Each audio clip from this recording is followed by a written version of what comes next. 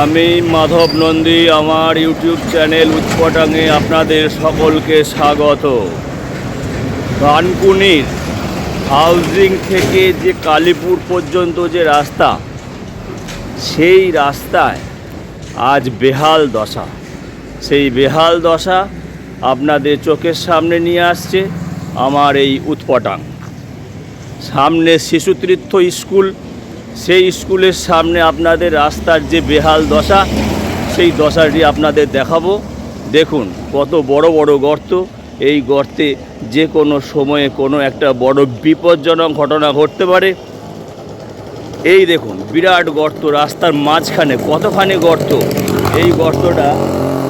এই গর্তটা যদি শীঘ্রই এর মেরামত না হয় তাহলে কিন্তু যে কোনো সময়ে একটা বড় অ্যাক্সিডেন্টের সম্মুখীন হতে পারে।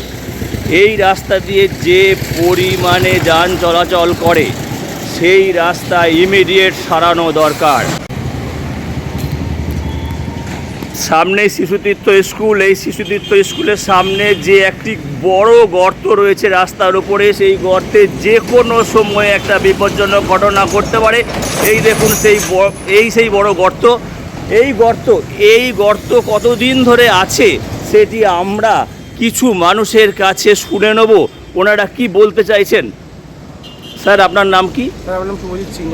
আচ্ছা, এই যে রাস্তার হাল, এই অবস্থা, এই সম্বন্ধে আপনি কি বলবেন? দেখুন, যে রাস্তার এখন বিপজ্জনক অবস্থা, সেখানে সামনে স্কুল আছে, শিশুদ্ধ স্কুল। বাচ্চারা যখন তখন রাস্তা পারাপার করে, তো সাধারণ মানুষের পক্ষে রাস্তা খুব কঠিন। রাস্তায় গাড়ি ঘোড়া গেলে যে কোনো সময় একটা অ্যাক্সিডেন্টের সম্ভাবনা আছে। তো আশা করি সরকার আমাদের ভোটের পর হলেও রাস্তাটা বর্ষার আগে অন্তত ঠিক করে দেওয়ার ব্যবস্থা করবেন। সাধারণ মানুষের চলতে সুবিধা হয়, বাচ্চাদের রাস্তা পারাপার করতে সুবিধা হয়।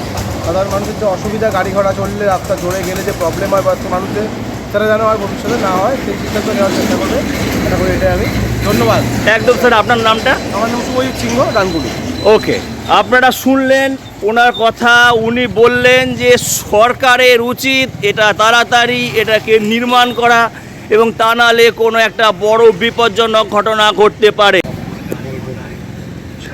আমরা শুনে নেব আর একজন মানুষের কথা, যে মানুষটি রাস্তার ধারে বিজনেস করছেন। যে কোনো সময় এই গর্ত থেকে ওনার বিপদ হতে পারে, তাই ওনার কাছ থেকে শুনে নেব উনি কি বলতে চাইছেন।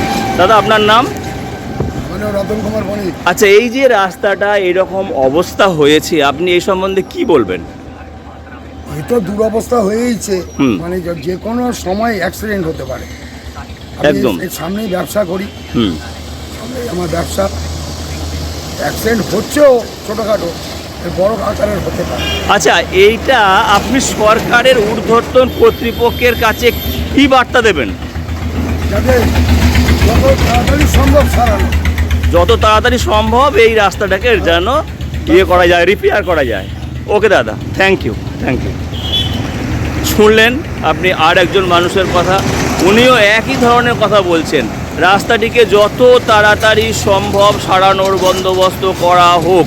ছোটোখাটো দুর্ঘটনা হয়েই চলেছে এই রাস্তার মধ্যে, ছোটোখাটো দুর্ঘটনা সবসময় হয়েই চলেছে। তাই উনিও একই মত পোষণ করলেন ঊর্ধ্বতন কর্তৃপক্ষের কাছে, যাতে এই খবরটি, এই ভিডিওটি পৌঁছায়। তার জন্য আপনারা অসংখ্য শেয়ার করুন। থ্যাংক ইউ, ধন্যবাদ।